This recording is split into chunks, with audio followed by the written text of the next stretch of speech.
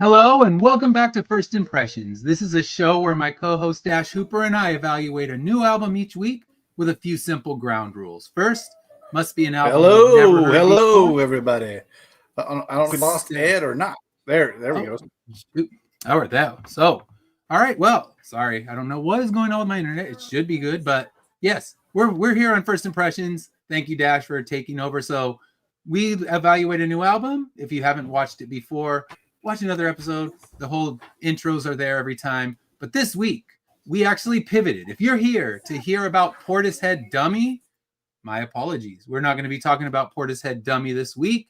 We are going to be talking about Lady Gaga's Mayhem. So we actually pivoted. We changed our pick for the week because this album came out on Friday, and I thought this is one we should be talking about because if you look at the news, if you look at music news, that is, I mean, granted, you turn on the Channel 7 news, you're not going to hear about Lady Gaga, but if you look at the music news, it's all over there. So we switched it up to talk about this one. So Dash, how are you doing this week?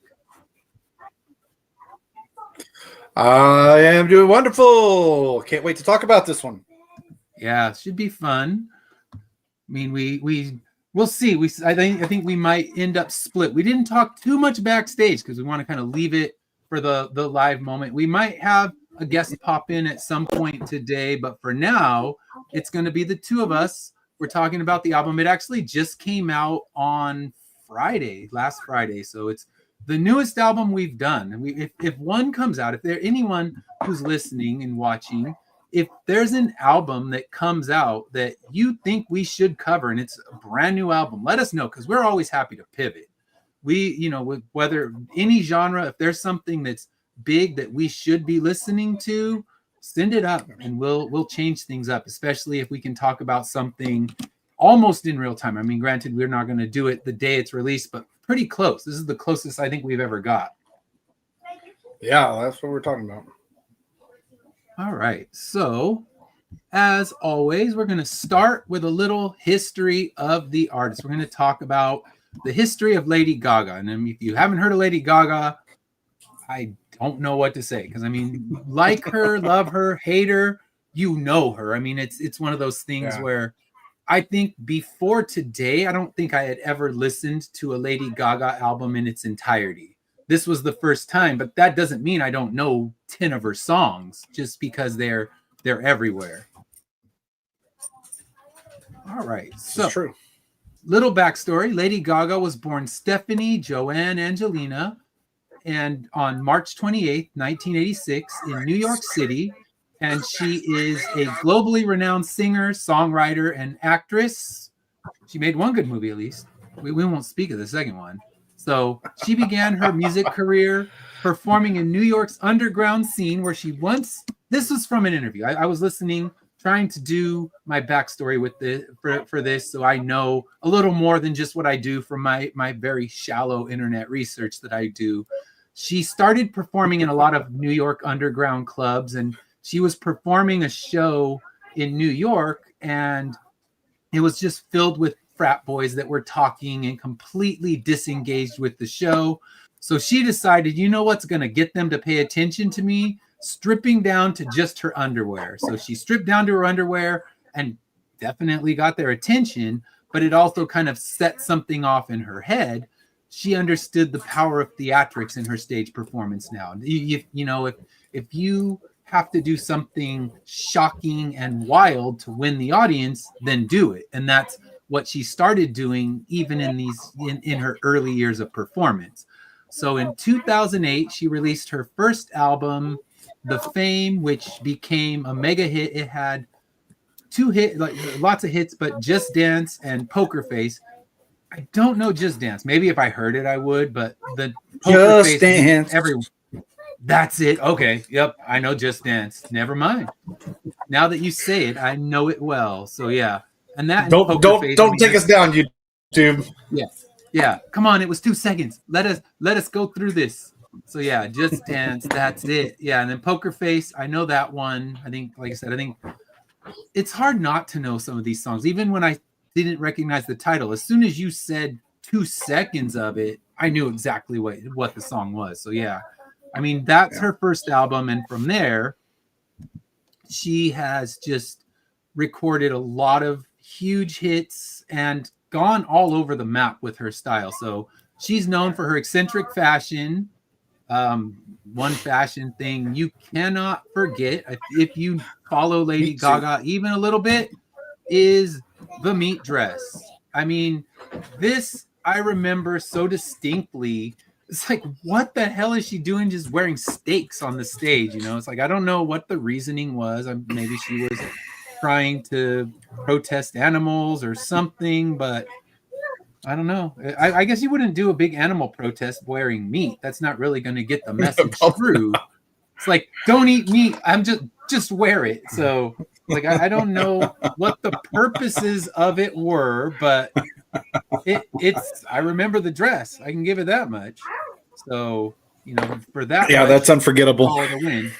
Yeah. So talking about her fashion and just kind of doing things for shock value. She is not above just trying to shock people. So she's genre defying. She's recorded multiple pop albums, a country album.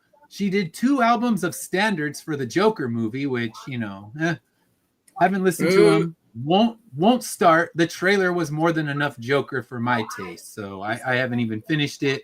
But she's also done an album with Tony Bennett, so she's been all over the map. And a lot of her last few albums with the Joker stuff, with the Tony Bennett stuff, her diehard fans, the Little Monsters as they go by, were starting to call her normcore. So they were getting bored. So I think this album kind of gave them what they wanted when we get to talking about it. We'll see. If you're a little monster, let's see what you would think. And I've listened to multiple podcasts with other really diehard fans, and most of them seem pretty happy. It's the ones that weren't really fans to begin with that have more critical things to say. So yeah, she's recorded multiple albums. In 2018, she was in the movie A Star Is Born, and she earned an Academy Award for the song Shallow. I thought she was good in that movie. I enjoyed it. She also acted in the sequel to The Joker, but we're not going to speak about that abomination today. We've spoken enough. We've given it more press than it deserves. Way more press. Yeah.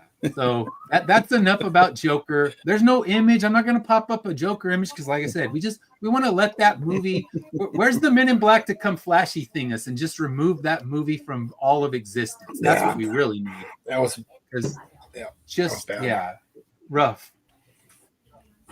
So she has won multiple Grammys. She's won a Golden Globe. She's won an Oscar. No Tony. She doesn't have that EGOT yet, but I'm sure she can go on Broadway and win that Tony easy. Just go do one of those one-woman shows, like kind of what Bruce Springsteen was doing. Go up there and just have her and a piano, and there's her Tony, there's her EGOT. But yeah, she's a pop culture icon.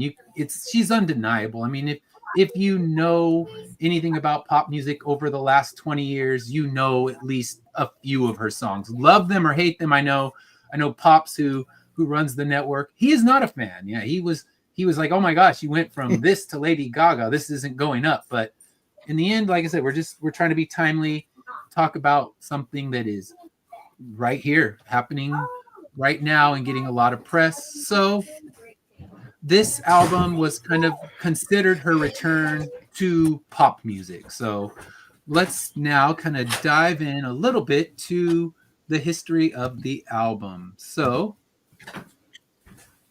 thanks, Grant. Yeah. So I think, it's interesting because what I found, and this kind of takes us off topic for a minute, but that's okay. We always go off topic. If you watch the show, me staying focused on one place is a task that never gets achieved. I try my best, but the ADHD is real and it doesn't let me go in a straight line. But hey, diversion is fun.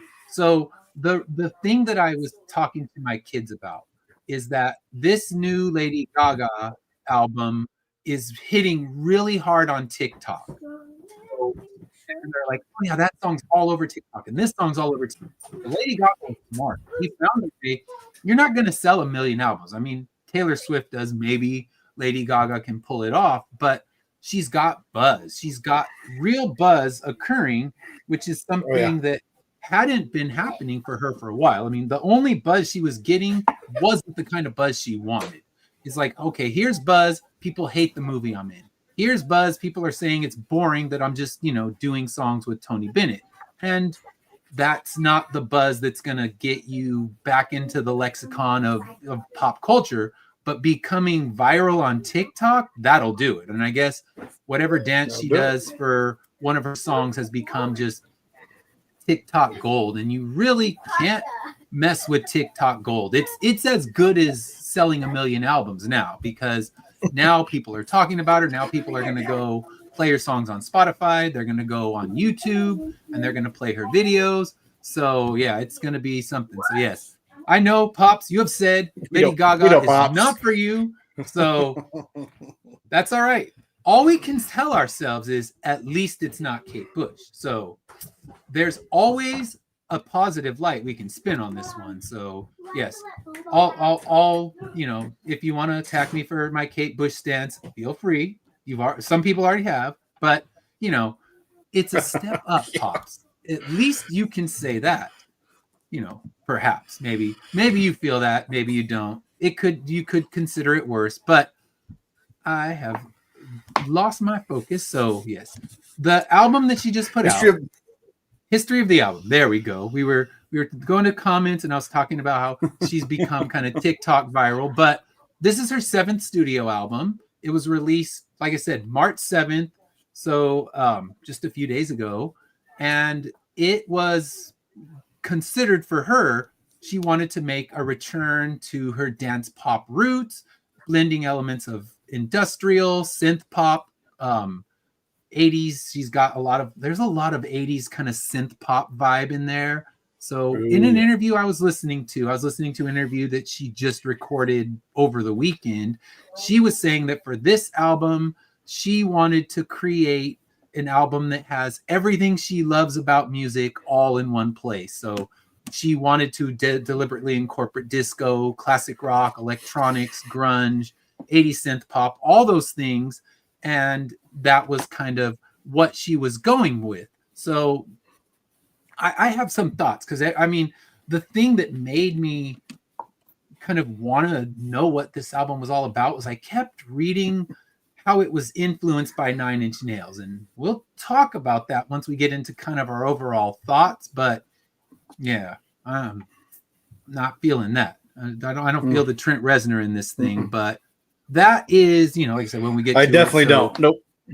So the lead single, Disease, and Abracadabra have been huge TikTok things. Die with a Smile was already a hit. It's got ridiculous amounts of streams on Spotify, and that's the duet with Bruno Mars. So before the album even came out, she had one hit already, like a huge hit.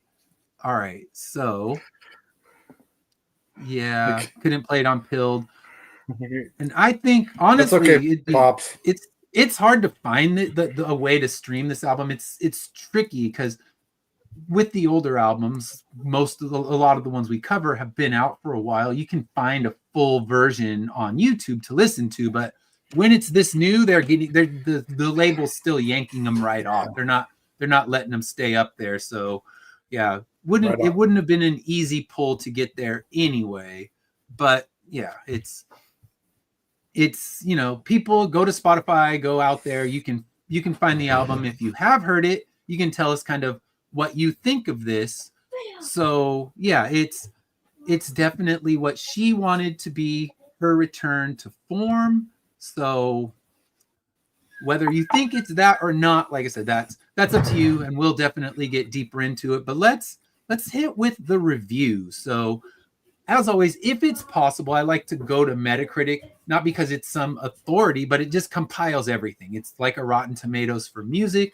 And on Metacritic right now, it's scoring an 83. So it's generally positive reviews. There's a few negative. There's a few reviews that were just outright negative, which brings the algorithm score down. But an 83 is solid. I mean, it seems like a lot of the albums we do are somewhere in that range of the 80s, which means you know they're good, they have a good buzz, but this one's new. It's a lot easier. The older ones, it's harder to find real reviews from real, or I should say real time reviews, because you get those reviews that are talking about, you know, looking back retrospectively, and of course you're going to say you love it now, even if you hated it then. So it's getting praised mostly for the nostalgic approach that she's taken, kind of harkening back to her earlier first couple albums. And they, you know, the Little Monsters seem to be happy with what they're getting. Dash and I are not Little Monsters, so we can't say what the Little Monsters would say, unless somewhere hiding back there we got our Little Monster hoodies we're gonna slap on after this. So you never know. No. Dash has no Little Monster. He has no Little Monster hoodie. He's not gonna bust out his Taylor Swift hoodie. So yes, we know. Never. We know what he won't do. Even if one day his daughters are like, Dad, you have to take me to Taylor Swift, he won't be buying merch for himself. So you never know, because that could happen. Definitely not. He's like, I'll make sure it doesn't happen. It will take a act of divine intervention for me to even go to a Taylor Swift concert. Even if the girls ask me to, it'll take a divine intervention. It's like, that's why you got a wife. She can handle those duties. Like that falls under like, please, wife, save me. Because the screaming girls, that'll be on decibels louder than Kate Bush's voice. So we don't need that. So you need to be spared. But hopefully by the time your kids are old enough to actually care, there'll be something new. But there's always parental torture. It's not like it's going away. It'll just be a different torture, and one that you're not familiar with, and that your book co-host won't yell at you for not liking. Or maybe she will. I don't know. She likes to yell at you, so that's how it goes. I don't know. All right. So overall thoughts. I think I know where this is going, but I'm gonna let you go first, and then I'll go and save my own face, because I'm a 10-year-old boy. I already got a tap. All right. I'm gonna let you go with that first. Yeah, you. I will be the 10-year-old boy. Listen, first of all, I'll do the pluses. I love the cover of this album. I think it's a fantastic cover. But as we get into the music, she says she's trying to. You've heard. I'm gonna say this, and I'm gonna get in trouble. If you've heard one Lady Gaga album, you've heard them all. And what I mean by that, for those of you that don't want to mean, the people that were mad at her for sounding the same, I feel like she sounds the same in this album. There's songs that Abracadabra sounds reminiscent of what's the name of that one? Bad Romance. Bad Romance. Thank you. Yes. Yeah, because that's the other one where she kind of name drops herself, where she Gaga's into the song, and I was laughing. I'm like, yeah, that's something. She just was like, I'm gonna say my name right here in this song, and you're gonna like Bad Romance. That one's, I mean, almost Bad Romance. Then there's one that sounds like No Doubt. Ain't No Holler Back Girl. There's one where they do one. Some reverb. Yeah, I got that in my notes. We'll be talking about that one for sure. But there's some good stuff. There's a couple ballads I like on there. I guess you call them ballads. I really like that. My wife likes the Bruno Mars and duet with her. She does like that one. She's like, I won't listen to any other album, but I will listen to the Bruno Mars song. I think it's just the same. I mean, my overall thoughts, I feel like don't get me wrong, I loved when she did the country, when she went in and did Shallow and things like that. To me was awesome. And don't get me wrong, I do like some of her songs. I like a lot of her songs. I personally, I think she's and my wife said the same thing. We think she's a better Madonna. We think she's better than Madonna. And And I think, so I have nothing against Lady Gaga. This album just felt like she went back to album 1 or album 2. Yeah. And I personally like that country, that country vibe that she gave. I thought she was, like you said, she was great in the movie. My overall thoughts is this could have been, we talked about Taylor a couple weeks ago, where Taylor kind of branched off with her edginess and with Midnights. I would like to see a little bit more. She says she went with Trent Reznor. I don't get it out of this album. She just said she was influenced by it. Yeah. So yeah, I don't know. But I mean, then, and a lot of the critics are kind of name dropping that as one of the key influences in that one. Yeah. I miss the correlation with those two for sure. But yeah, I missed it if it's in there. Yeah, if it's there, it's light. But overall, it's very not the 83%. Yeah, the 83% on Metacritic sounds about right. I would probably have it about 7.5, 8 out of 10 on this. Yeah, and that seems pretty fair. It could have been a lot better. Yeah. It could have been a lot better. Yeah, for me, you when you say you've heard one Lady Gaga album, you've heard them all. I've literally heard one Lady Gaga album, so I knew her old hits. I guess we didn't really talk about our history, but we had been talking about like anyone who has walked the earth in the last 20 years knows a little bit about her. But yeah, I thought that the album, I loved the hooks in it. What I thought was that when we talked about the Taylor Swift album, and Taylor Swift can do hooks, but Midnights was just a hookless album. Like, where's that chorus that you can't get out of your head? I thought this album had that in there, where Midnights was just felt like a drony kind of dream state, which is probably what she was going for. It's a bunch of different midnights, but it didn't have that like, holy crap, grab you by the throat hook in it. And I thought this album had some points where it had those strong hooks. And there were songs that I was writing skip, and then the pre-chorus would come in and the chorus would come in. I'm like, okay, you've salvaged it beyond being a skip now. It's not to say it's going into a top song category, but there's she has catchy choruses. She can write a hook and she's going for it. And that's what I felt like Taylor Swift was just telling stories. Like, okay, here's stories. Here's, 12 different midnights that I've lived through. And I'd rather have Lady Gaga making one, dance pop. I don't really care about the stories, and her stories. Yeah. Lady Gaga is definitely telling the kind of same story over and over again. And when we get to it, we'll talk about those stories. But yeah, it's kind of like you said, it's the same, but I think that's what people craved, because she kind of went outside of the box. She started a little country. She started a little bit of standards, and her little monsters were kind of demanding what they wanted to hear. And there's talk that this is going to be the last album for quite a while, because she's engaged. She's planning on stopping and having children. So this may be kind of like, all right, monsters, you complained that you weren't getting what you wanted. Here's what you wanted, and you're welcome. So it could be kind of like that final bow as she steps out of the spotlight for a while. Now, will she step out of the spotlight? You don't know, but that is at least her intention with the interviews that I've read is and listened to. She's planning on kind of stepping away for a little while. I'm sure she'll do a mega tour and rack in, millions upon millions of dollars first, but it's after that mellowing out, kind of staying home for a little while. So we'll see what ends up happening with that.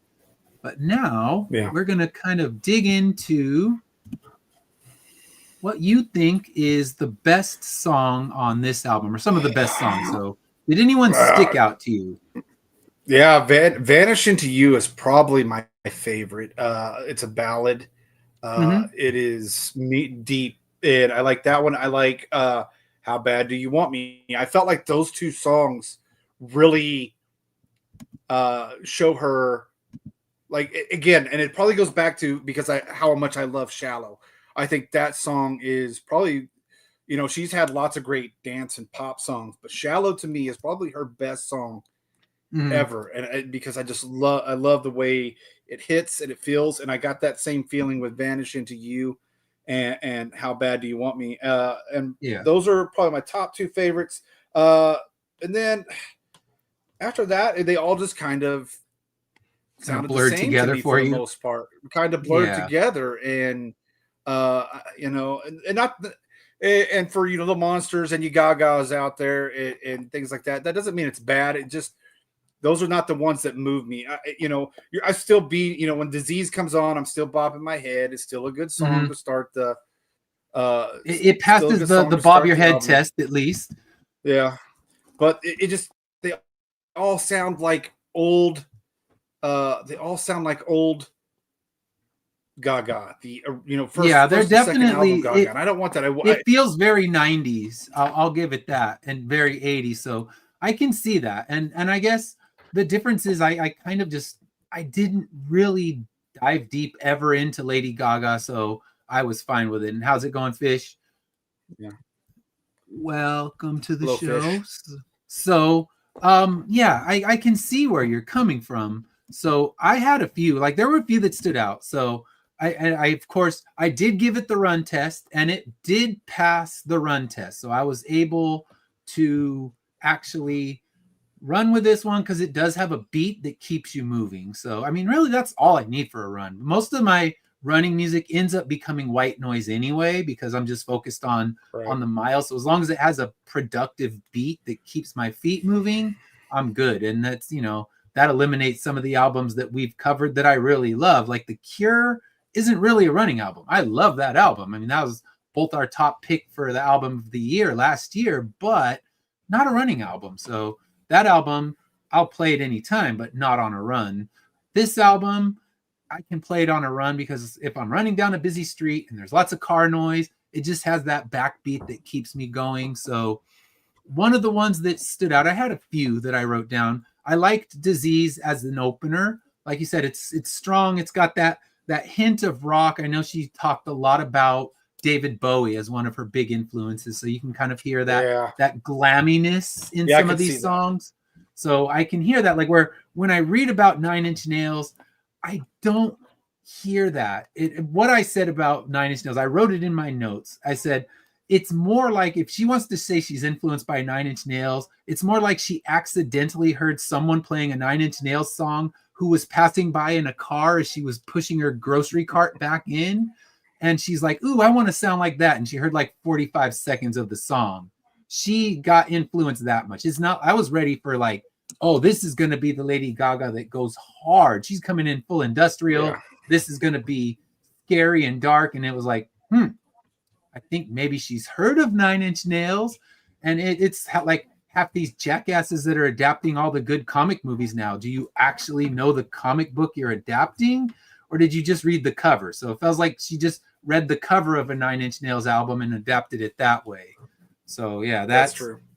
that's that's what I felt as it, you know, like okay, there's a little slightly backbeat of industrial, but it's more like a passing understanding of industrial music. And you know, that's fine because she's not an industrial artist. But when you say the Nine Inch Nails influence, I was eager, especially with that cover, because that cover says, "Ooh, this one's going dark. I'm ready for it." Yeah, And I thought it was going to go dark. Yeah. it was very pop, and I'm fine with that. I mean, I'm not a connoisseur of pop music. I don't run out and buy pop albums. I'm not going to buy Britney. I'm not going to buy Taylor Swift unless I have to for the show. And in general, I'm not going out to buy Lady Gaga. But when I saw the cover and I had read the few different reviews that said, oh, this is, you know, her version of industrial, her version of Nine Inch Nails, I actually got excited. So I'm like, she could do it. She has the vocal chops to do The it, and vocal range. Yeah. she is one of those musical chameleons. She's gone all over the map. So I was ready for it. And then the opener, I'm thinking, okay, maybe it's going to go harder next. And then it goes into Abracadabra, which basically goes into disco pop where she's saying her name again, like Bad Romance. And that's fine. I mean, that's who she is, but that's certainly not her feeling, you know, the influences of Trent Reznor. David Bowie, you hear that more in there. But yeah, even so, I thought Disease was a good and catchy opener, passes the Bob test. So you're like, all right, it doesn't need to be the perfect song, but I did really like Perfect Celebrity. I thought that for me was the best song on the album. So that one has the most industrial edge, but I like kind of it's, I guess, didn't she have a song about paparazzi already? I don't remember. Yeah, My paparazzi. Lady Gaga That's what I'm knowledge saying. it's similar themed, yeah. Yeah, it's all running together to me, and I think that's why I just it was like you know, if she'd gone, if listen, we're sitting here talking about the Trent Reznor thing. Had she gone that way, you know, it's kind of like with Kate Bush. We thought we were getting mall rock, and we just got some screaming with Kate Bush. You know, you get the feeling with the while I love the cover of this, I don't feel the cover matches the tone that's in there. the Yeah, songs, the tone. It's a I dark don't. cover, and I was ready for like it's almost like her face is breaking and she's breaking out of the pop mold, and it's not. It's, you know, fully within the pop mold that she's lived in all these years, and she kind of broke out of it with the what her, you know, her big not Taylor heads. Wrong artist fan base. Sorry, Swifties, don't come after me. Her Little Monsters. Yeah, Little Monsters don't come after me either, because I'm sure they hate the Swifties. Yeah. So one way or the other, I was ready for something entirely different. And what we got was a standard Lady Gaga album. And as someone who's never played a Lady Gaga album from, you know, opening track to closing track, I enjoyed the experience, but it wasn't the experience I was excited for when I had heard that it was, you know, harder edged and industrial hinges. So yeah, I don't know. It's all right, Fish. There you go. There's your Get Up, and this album will have you running. So go for it. That will be its only victory, because it is good. It is good backbeat for a run. Some of the albums we listen to, like the more upbeat they are, the better they are for a good run. But yeah, I did like that one, even though thematically it's like a song she's done.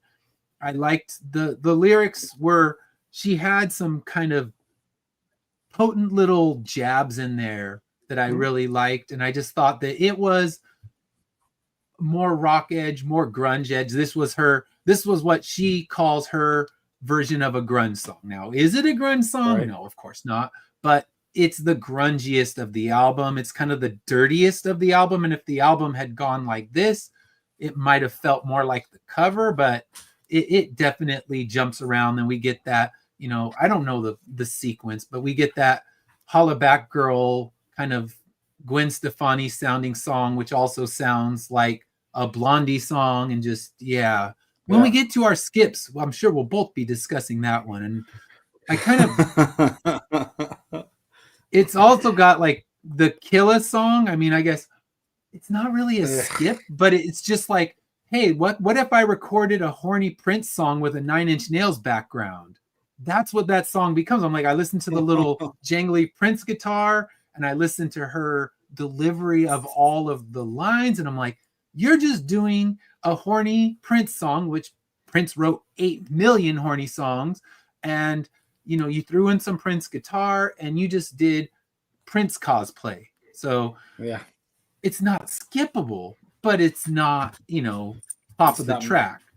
So I thought it's again, it's kind of like her playing with her influences, but almost so much that she's cosplaying her influences. There's a song on here that sounded like a Michael Jackson song. There's songs that sounded Bowie. There's songs that sounded Blondie.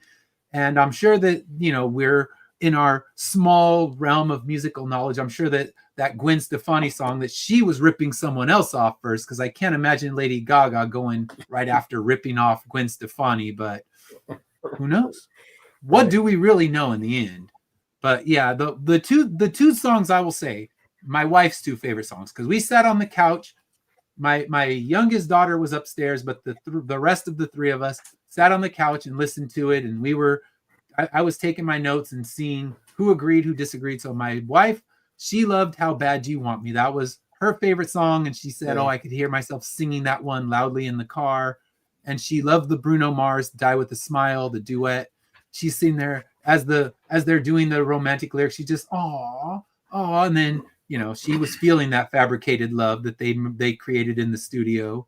But I did think their voices merged well. They did combine together in a good way. So I'll give it they that harmonize much. very well. Yeah. There you go.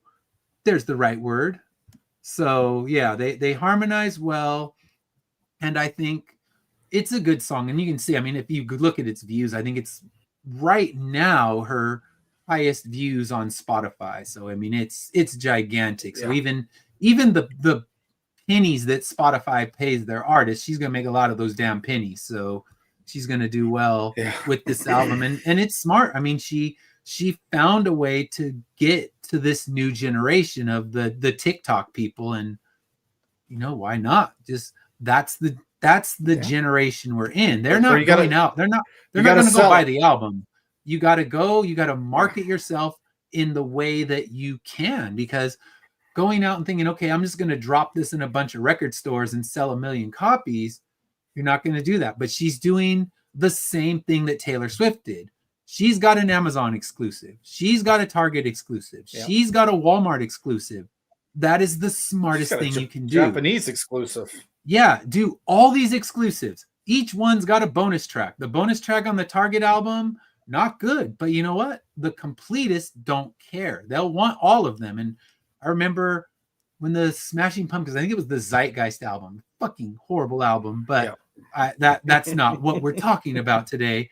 But they released like 8 different versions. And at that point, I was still pretty much a super fan. And I went out and bought all the versions for these, exclusive songs from Target, from Walmart, from Best Buy. None of them were good. I mean, none of the songs on the album are good, in my opinion. That was the album that kind of broke me apart from Smashing Pumpkins, but it's smart marketing. Whether or not I like the album, I bought 5 fucking copies of it. So in the end, they win. Like, remember that album you hate? You bought it 5 times, idiot. So the Gaga people are going to do the same, and they may find that they don't like the bonus songs, but guess what? They don't care. The artist just sold 5 times more copies because of idiots like me who are completist and want to get all of them. And I don't even know. I couldn't tell you where any one of those 5 copies I bought are, but the fact is I did it. And Taylor Swift and Lady Gaga, they're out there doing that same kind of like exploitative marketing. It's smart, but it's dirty. But in the end, they got the mansions. What do we have? So they know what they're doing. Truth. Yeah, they know what they're doing. Yeah. So that I did. Let me see. Let me see if I had any other songs in there. So those were the ones I wanted to put in, the ones that my wife mentioned, because like I said, we were all sitting on the couch listening together, and regardless of where we fell on the album, they all made it through. And I didn't have to go back to the headphones. So it's better than some of the albums we've had where they're just like, nope, you're on your own for this one. I don't want to have to listen to it, and go get the headphones. Didn't run away. I didn't have to go get the headphones. So we call it a small victory. Because like Wicked, I didn't have to get the headphones for that. We enjoyed listening to that one together and then watching the movie. This one, my wife is a much larger Lady Gaga fan than I am, obviously. But she's seen her in concert. She likes her stuff, owns probably 3 or 4 of her albums. And she kind of gave this album kind of middling reviews as well. Even though she's a much bigger fan, she's not even, throwing it out. I think she'd probably be like you are, about 7.5 to 8 stars, like a solid C+ album. And, when we get to our final thought, I guess our overall thoughts, I'm kind of in the same place. It's like, it's a C+ album with a few A+ tracks, but there's some D- tracks. And now we should talk about that. What are we going to skip in this album? What's the skip tracks? I got a few. I'm skipping Zombie Boy. I'm skipping Love Drug. I'm skipping Abracadabra. Well, I won't skip Abracadabra, but it's definitely not my favorite. I know that it's one, like you said, it's talked a lot about on TikTok, on social media, period, that and Mhm. disease, but I will pass on Abracadabra. Um and then uh yeah, and Killer's all right, but it's not one of my favorites. But I know a lot of Yeah, people like it, but it's just not it's one of Prince mine. cosplay. It's so Prince cosplay. I Yeah. can find if I dug around, I could find what Prince song it actually sounds like. So I gotta dig through here. It's easier to read the paper than it is the screen. So those of you who are watching, I do apologize. I had my eyes dilated earlier, and it is hard to see. So I'm looking at. Normally, I know I don't look at my paper. I look at the screen, but the screen is burning my eyes. So yeah, I think my main skip. I'm with you. Is Zombie Boy, that kind of annoying Gwen Stefani opening? Yeah. Whether, like I said, I'm sure it harkens back to someone else that Gwen Stefani ripped it Someone from, because else, Gwen yeah. Stefani isn't this beacon of creativity and originality. She, especially after she left No Doubt, kind of was like just grabbing the grab bag of musical influences and putting them out in a pop form. So yeah, it's the chorus was good, but it's just too much of it. I was just feeling it felt too much like Yeah. other songs. So it was not a great song. It's an easy skip, even on a run. I'm like, all right, that one I can definitely send away. I have to try with my sweaty hands to skip it, but I'm doing that one. So yeah, Vanishing Into You, I put that one. My notes on that one were mid-tempo. Ah, It was a mid-tempo Megoat. Megoat is my favorite meme. That's this guy. So yes, when I hear a song I'm not a huge fan of, or anything I'm a huge fan of, I'm like, that's Megoat. So yes, there's the Megoat. That's that song. So yes. you killed my song. I love that song. I love that song. Oh, that's funny. For some So reason, yes, it just wraps me into it. yeah. So and honestly, that's kind of where it was. There were no songs I think besides the Gwen Stefani sounding song, and then let me see. I gotta look in here. Yeah, the Garden of Eden was kind of losing me with that repetitive Yeah. like to take you there and just stuff like that. It was, oh, you're losing me again. Yeah, Garden of Eden And was a little. it wasn't terrible. I don't even think that the one the Vanishing Into You was terrible. It was just kind of meh, Mego. It earns the Mego reward. So Meh. I don't Meh. hate it. I just don't love I it. love that And I think Mego. so yeah, I don't know where I saw it, but it became my favorite thing because that's, we'll describe anything that's very middling. Like, oh, is it Mego? Yep, it's Mego. So that's my favorite. So yes, I think the album kind of fits with our Mego here. All right, so were there any lyrics? We have our skippers. I think we both agree the Zombie Boy is just Ah, that's the only song I was actively getting irritated yeah, with. Where we've talked about it before on the show. If a song doesn't start angering me, it's not so bad. And that was the only song where I'm like, damn it, no. And then it started, and then I'm like, you move this direction, now you move that direction, now it's yeah. disco, and no, enough. Sorry, Little Monsters, but that song, it's not even Mego. It's not Yeah. worthy of the Mego. It's just Scapegoat if one existed. So, what are some lyrics that stood out to you? We're gonna start off with "Die with a Smile." Listen, it's not my favorite song, Mm-hmm. but like we talked about, and you talked about how they were, and my wife has a whole different view on it. That's what I like about this Mm-hmm. song, though. Yeah. Because the lyrics are subjective. Like my wife sees it as someone in their family that they've lost, and I can Mm-hmm. kind of see that. But I not while it's not my favorite song. Lady Gaga, again, she writes a lot of her songs. She co-writes with other people, but she's still a great lyricist. Again, and like we talk about with Taylor and a lot of the people that we've talked about, Robert Smith being great lyricists. But I again, I just woke up from a dream where you and I had to say goodbye, and I don't know what it all means. But since I survived, I realized, again, this is subjective. It might be a love lost. It might be they're in love, but they just don't know how to get back together. Mm-hmm. Whatever the case may be, the lyrics of this are just fantastic. And again, while not my favorite song, it's not a horrible song. Let me reiterate, it's not a horrible song. But with Bruno and her, their harmonies are so good together.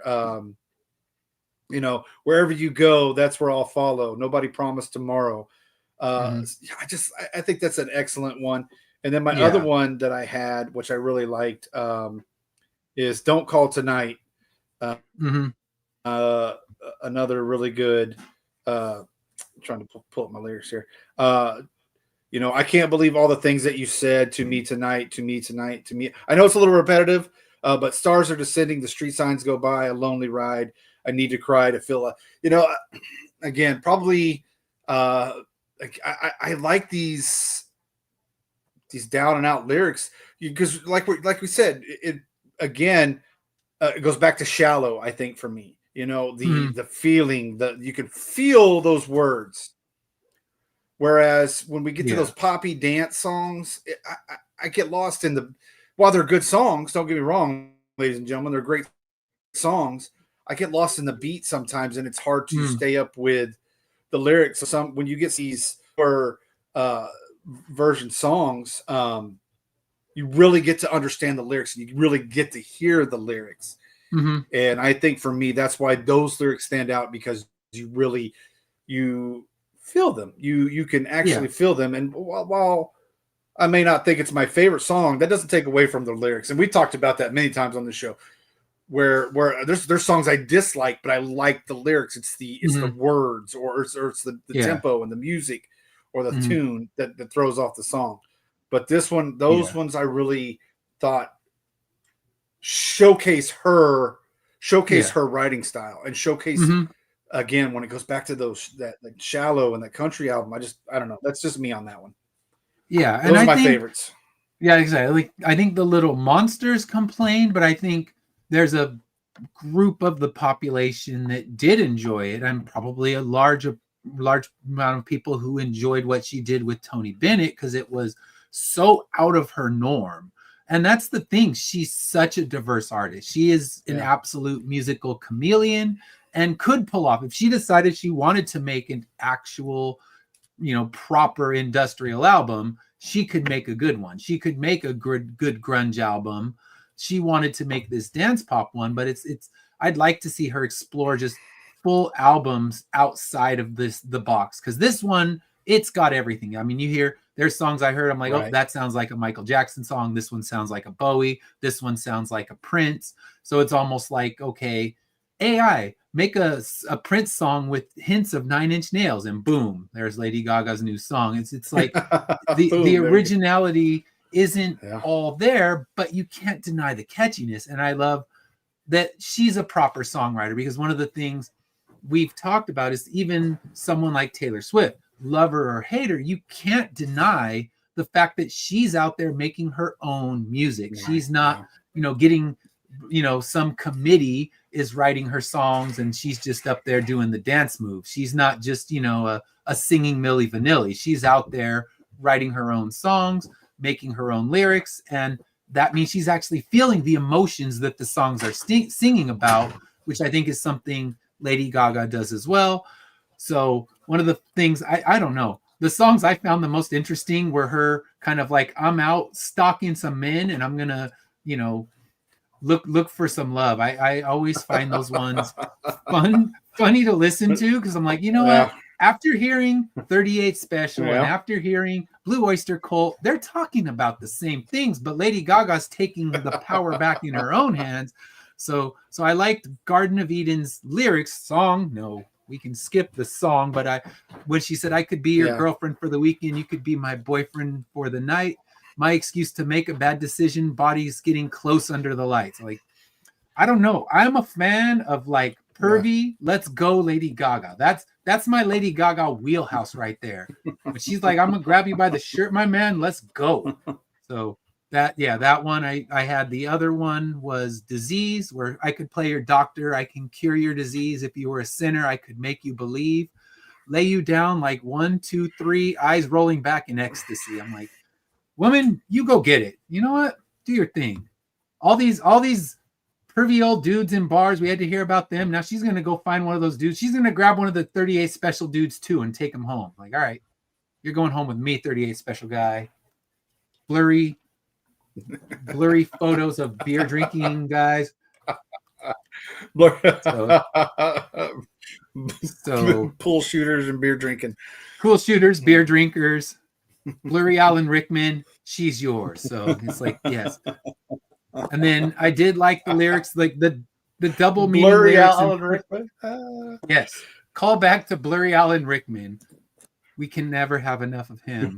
So I did like Perfect Celebrity, the last part where she says, choke on the fame and hope it gets you high. Sit in the front row and watch the princess die, where it's like, okay, definitely getting that kind of that paparazzi call out. So, I mean, granted, she's already done a paparazzi song. Yeah. We know this, but I mean, the lyrics are, I'd say they're just creative enough not to feel like just a rehash of what she's already done. So I did enjoy that aspect of it. So lyrically, it's strong. Like I said, I was going for the whole, like, let's go get down right now lyrics. Those were the ones that I found the most amusing. I don't know. I found them the most interesting. The ones you talked about, the sentimental ones, I guess those ones weren't catching me in this album, but that's probably because I skipped them when I was running. Like, all right, the soft songs got to go. So I'm just listening. I'm just out there on the streets running and listening to horny Lady Gaga songs, and that's my life. All right. So now that's it. That's it. So now we come to our final thoughts on this one. Are we going to keep this or return it to the used bin? I think I know where you're going with it, but what are your thoughts? I'm gonna keep the songs I like.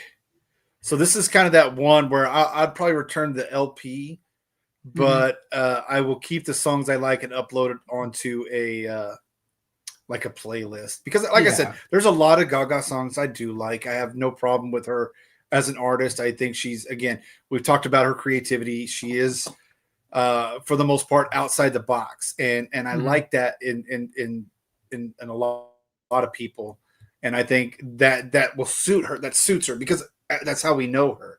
But again, I'm going to take it back to A Star Is Born and Shallow. That raw, that, you know, no makeup, no glitz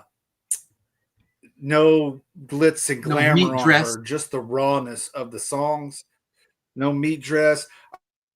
That's what I like. I think that's the part of me that really likes Lady Gaga. And so I'll keep those songs that I like and put them on a playlist, but I'll probably take the LP back to the used bin. Got it. Yeah, I think for me, that's not because it's a bad LP. Those other songs just don't do anything for me, and I feel like I would end up skipping a lot of them. Yeah. I think for me it is a keeper. Now I bought the LP, so I'm kind of stuck with it because Target's not going to let me take it back when I'm like, by the way, I just want to trade this for the CD so I can press the skip button. Take it back. But I did find myself yesterday. I was kind of giving it one more listen, kind of making sure, like, did I misjudge any songs? Was I wrong about any songs? And I actually did move the needle at one point. I'm like, I'm going to put the effort in because I just don't want to hear this. So yeah, when we got to the Holler Back Girl opening, is like, no, I'm gonna hit that needle on the next groove and be done with it. So yeah, but I keep it for what's good. And honestly, I could use it again on a run because the beats, the tempos, they are good moving, and then you put just the songs you need into that playlist, and it's good. So yeah, I would say it's a keeper for me. I'm not taking it to the used bin. I will definitely actively skip some songs, put the effort in, even on an album if I were to play them. But I think it's going to get more plays through Spotify as I'm going out on a run or something, then I'm going to sit down in my living room again and listen to it. I mean, Right. we have lots of listening we need to do. So we have we actually have picked our next 8 albums, and next week, for real this time, we're not lying to you, unless, you know what, I can't say that, because if some major new release comes out on Friday and everyone in the world's talking about it, poor Portishead might get booted again.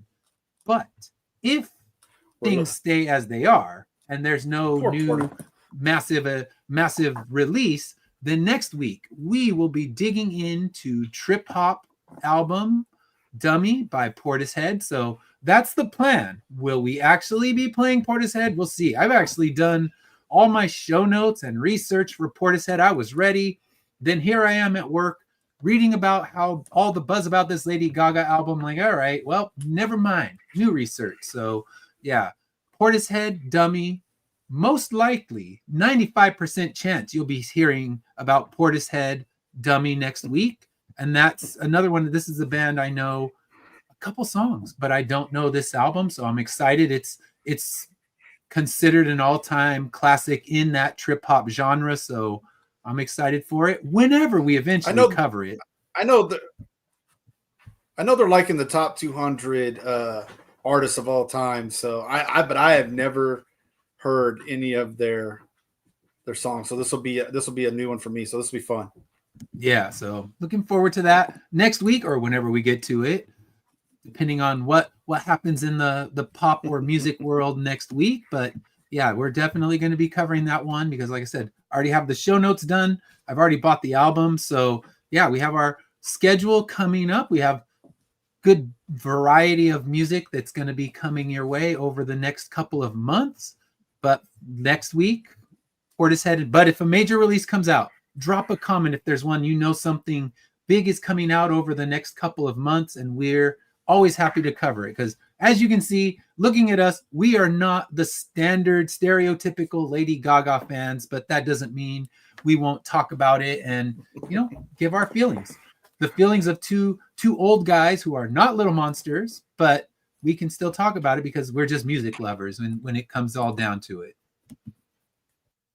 All right, so now we have covered our show. Let's take a look at a couple of our sponsor spots, and then we will say our goodbyes.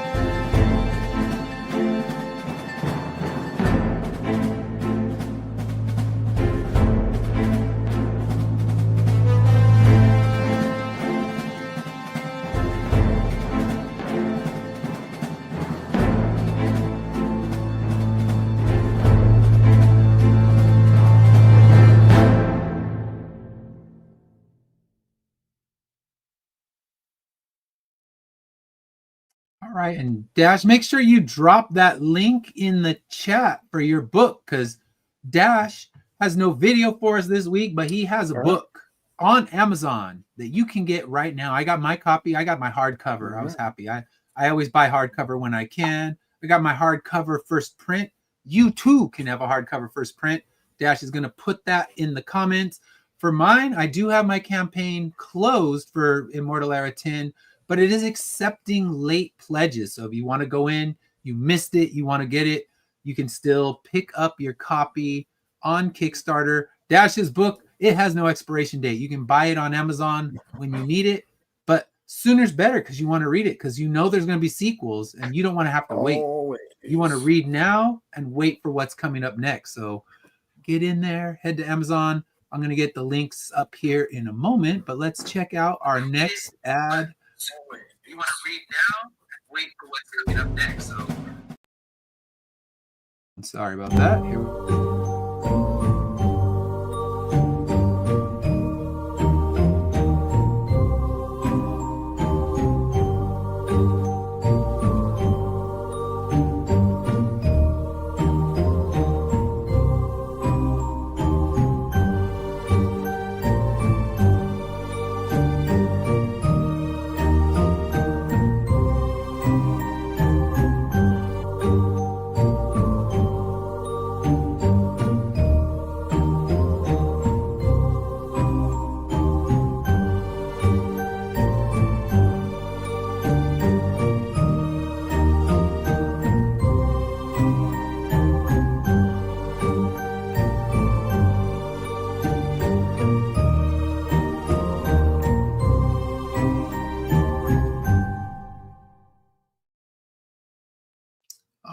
right. We'll check out our next one, but we do have link for Immortal Era 10, link for Hell Comes to Texas. So you can go into those links and check those out. You don't want to miss those. All right. So next sponsor, let's take a look. And I apologize, but I'm super squinty and trying to read. No, I have not taken up marijuana. I have dilated eyes. I remain straight edge. That nothing's changed. I just can't see for shit right now. So trying to find a sponsor ad is more challenged than it should be. All right, but let's check it out. I think I found it. It's Flip City Magazine, The Parodies, Special Edition, with savage send-ups of The Walking Dead, Star Trek Picard, Stranger Things, The Mandalorian, Guardians of the Galaxy, and more from the first 4 years of Flip City. Get Flip City The Parodies free when you subscribe in print at flipcitymag.com. The world's best satire magazine, and never, ever woke.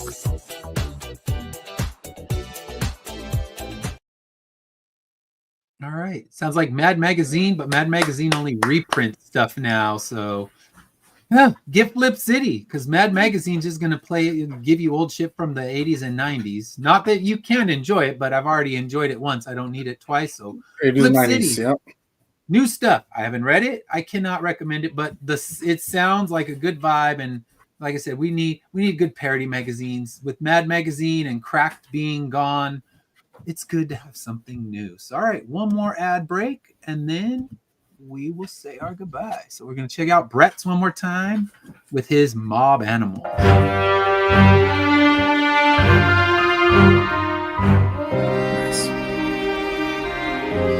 Welcome to Based on a True Story, Volume 6, Tales of the Underworld, where true crime collides with the furry, funny, and fierce world of the Dust Bunny Mafia. This brand new 32-page comic reimagines real mafia legends, Mad Dog Cole, John Gotti, and more, through the eyes of our animal mobsters. Think The Godfather meets Looney Tunes, packed with action, humor, and full-color storytelling.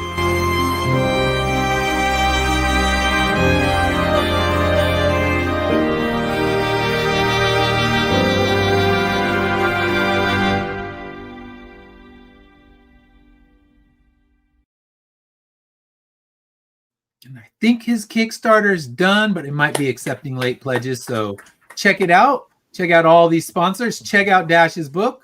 If you want a copy of it, Amazon. And it only took, I think, 2 days to get to my house. So it's quick and it's right there and you're ready to read it. So Immortal Era, if you back that, those should be coming out. I just approved the proofs from the printer. So those should be ready to start shipping by the end of March. So definitely check it out. It's still going to be running late pledges until basically once I've received the books and I start shipping them out, late pledges will be turned off, but you have at least a couple weeks. But until then, we will see you next week where we will most likely discuss Portishead's Dummy. And until then, have a great week.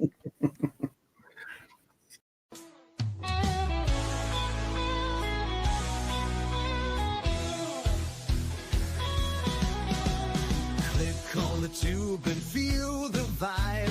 Every show you crave right here live. Heroes and villains clash in the night. Madness Comic Network sets it right. Scroll through the list, find what you need. Epic battles and fast-paced speed. From capes to cosmic space delight. Tune in and watch your favorites ignite. On Facebook, share the thrill so grand. On X, the buzz across the land. Madness Comic Network all around. In every episode, joy is found.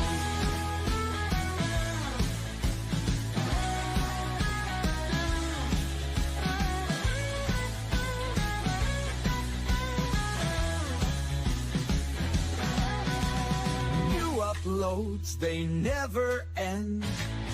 superheroes and their friends. Catch every twist and every turn. Madness Comic, you will yearn. Stay up to date with every twist. Madness Comic, don't miss a gist. From laughter to tears, every mood. Madness Comic sets the groove. Click that button and subscribe. Catch the wave and ride the tide. Join the fun, join the craze. Madness Comic brightens days. Hey!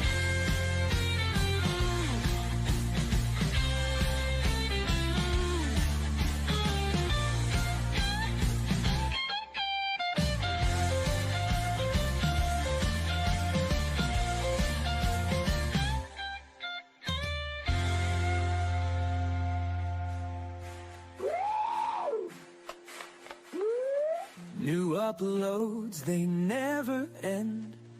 Superheroes and their friends. Catch every twist and every turn. Madness Comic, you will yearn. Stay up to date with every twist. Madness Comic, don't miss a gist. From laughter to tears, every mood. Madness Comic sets the groove. Click that button and subscribe. Catch the wave and ride the tide.